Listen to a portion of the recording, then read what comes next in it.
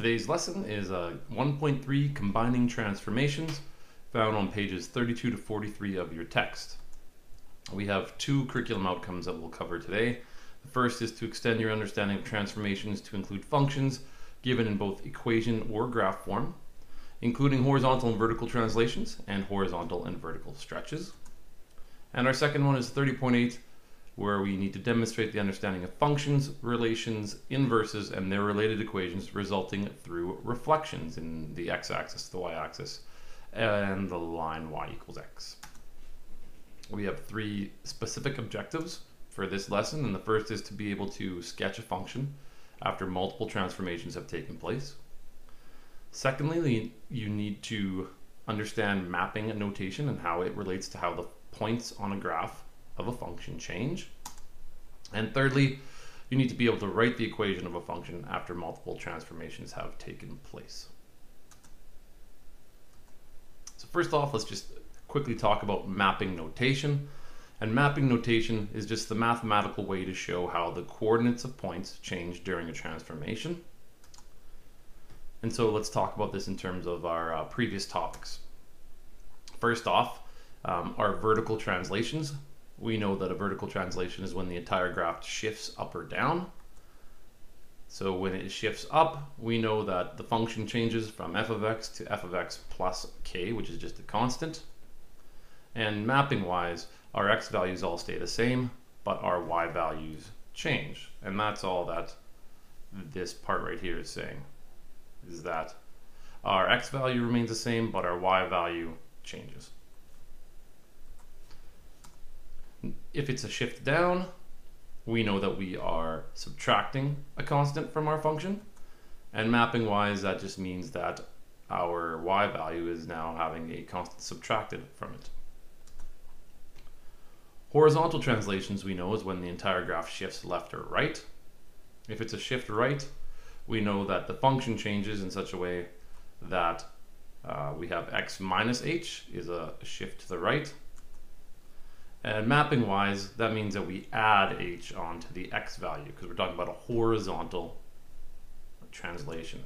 If it shifts left, our function changes, so now it's f of x plus h, and that means that we are going to be subtracting h from our x values. Reflection in the y-axis. All the x values for all the points switch signs. So if we're talking about a reflection in the y-axis, that means your function that was f of x is now f of negative x. All the x values have switched signs to turn negative. So a point that was normally x comma y is now negative x comma y.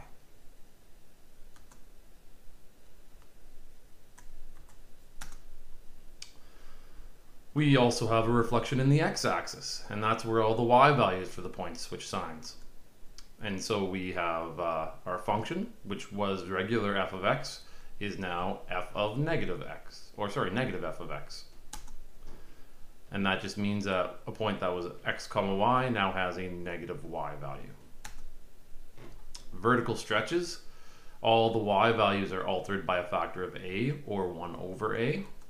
So if we're talking about a stretch up, which just means it's being stretched lengthwise, that function will have a constant multiplied by it, which just means that we multiply the y value by that constant. If it's a stretch down, if we're sort of getting squashed, we know that that value in front of f of x is going to be a fraction less than 1, but greater than 0. And that just means that our y values are going to be multiplied by 1 over a.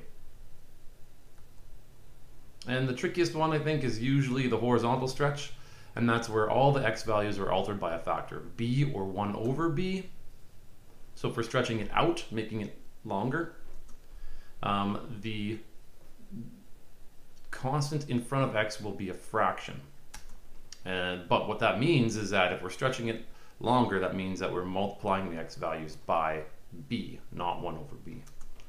And if we stretch it in, or what I was calling a compression in previous lessons, that will be a constant, whole number, or a number greater than 1 inside the brackets, but what you would do is multiply by the reciprocal 1 over b to figure out your new x values. So that's just a quick little review of everything we've done so far. We're now going to apply these things, or attempt to apply these things, to some examples. So all of these transformations that we just finished talking about can be combined into one formula, which in the text is called the general transformation model. Now it looks like this. You can see that there's a place for your A, which we've already talked about, B, H, and K. And each of those letters means a different thing. So the A we know means that there's a vertical stretch going on. It's also, if it's negative, means that there's a reflection in the x-axis. The B value, it means that there's a horizontal stretch going on, and also a possible reflection in the y-axis if that B happens to be negative. C just means that there's a horizontal translation, so it's being shifted left or right. And K means there's a vertical translation, so it's being shifted up or down. Now, one of the things you really want to be careful about is that your function looks like this, and that you have a constant b outside of the brackets of x minus h. And we'll do a quick example here in a second to show you what exactly I mean about that. So it says, describe the combination of transformations that are applied to the function y equals f of x. Sketch the transformed graph. So here's y equals f of x. Just has 4 points to it connected by lines. And our first function is y equals 2 f of x minus 3 minus 1. So we know that this number in front is a vertical stretch. We know that this is a horizontal shift, and that would be moving 3 units to the right. And this would be a vertical shift that would be moving 1 unit down. So when you're doing sketches of these functions, you need to remember to do stretches and any sort of reflections first. Sort of, if you think of order of operations, you need to do multiplying first before you do any sort of adding or subtracting. So this vertical stretch means that we're going to take the whole thing and move it, or stretch it up 2 values. So this A had a height of 2, it now has a height of 4. B had a height of 4, it has a height of 8. C had a height of 3, it has a height of 6, and so does D. So this new function in red would be y equals 2f of x. And I'm just going to do this step by step. Next thing, I'm going to apply a horizontal translation. That would be the negative 3. So I'm going to move everything 3 units to the right. 1, 2, 3 for this point. 1, 2, 3 for that point. This point moves over 3, and so does this point. 1, 2, 3. That would be y equals 2 f of x minus 3. And finally, we need to subtract 1. So we're going to move everything down 1 unit. So that point gets moved down 1, this point gets moved down 1, that point gets moved down 1, and that point gets moved down 1. So we end up with y equals 2 f of x minus 3 minus 1. So again, remember, do stretches, and if there's a reflection, you can do those first, and then you would do any sort of translation or shifts. So we have a different sort of example here for our second example. We need to manipulate this thing because it's not exactly in the form that we need it in. We need to take this negative 2 out as greatest common factor, because remember, we need to have the negative 2 outside the brackets where the x is. So now to describe what's going on, we have a horizontal switching of all the x values, which is a reflection. We have a compression of a factor of 2, which means it's going to be half as big. We have a horizontal shift of positive 2, which means it's going to the left 2. And we have a vertical shift of 2, which means it's going to go up 2. So the first thing I'm going to do is just going to take care of this negative by switching all these x values. So this negative 1 becomes positive 1. This positive 1 becomes negative 1. Positive 2 and positive 4 become negative 2 and negative 4. So this is, if I were to write this down, this would be y equals f of negative x. Now, next thing I'm going to do, I'm going to apply this horizontal stretch of 2. Now remember that we have to take half of those values, so this becomes a half. This becomes negative half. This negative 2 becomes negative 1. And this negative 4 becomes negative 2. So now we have our green function, which is y equals f of negative 2x. All right, so now we are going to apply our horizontal shift of 2 units to the left. So this negative 2 becomes negative 4. This negative 1 becomes negative 3. This was negative half. It's now negative 2.5. And this green function was positive half. So 2 units to the left puts it at negative 1.5. So our black function is y equals f of negative 2 x plus 2. And then finally, our blue function will be the whole thing where we move everything here up 2 units. So everything gets moved up 2 units. And our new blue function would be our complete y equals f of negative 2 x plus 2 plus 2. And our final example says, given f of x equals x squared, find the equation of g of x. So here's a picture of f of x. There's your blue graph. And it is saying, this is f of x, so we need to find out what is the equation of g of x. So you need to be able to recognize, hopefully, that these are both parabolas, and that g of x is just found by manipulating x squared. So the first obvious change is that it's flipped upside down, which means that g of x is going to be negative something. Two other quick observations is that the vertex, which was originally at 0, 0, has now moved. So it's been horizontally shifted 4 units over, and that's 4 units to the left, so that makes that x minus 4. We still have a squared here because it's a parabola. And it's been moved 3 units up.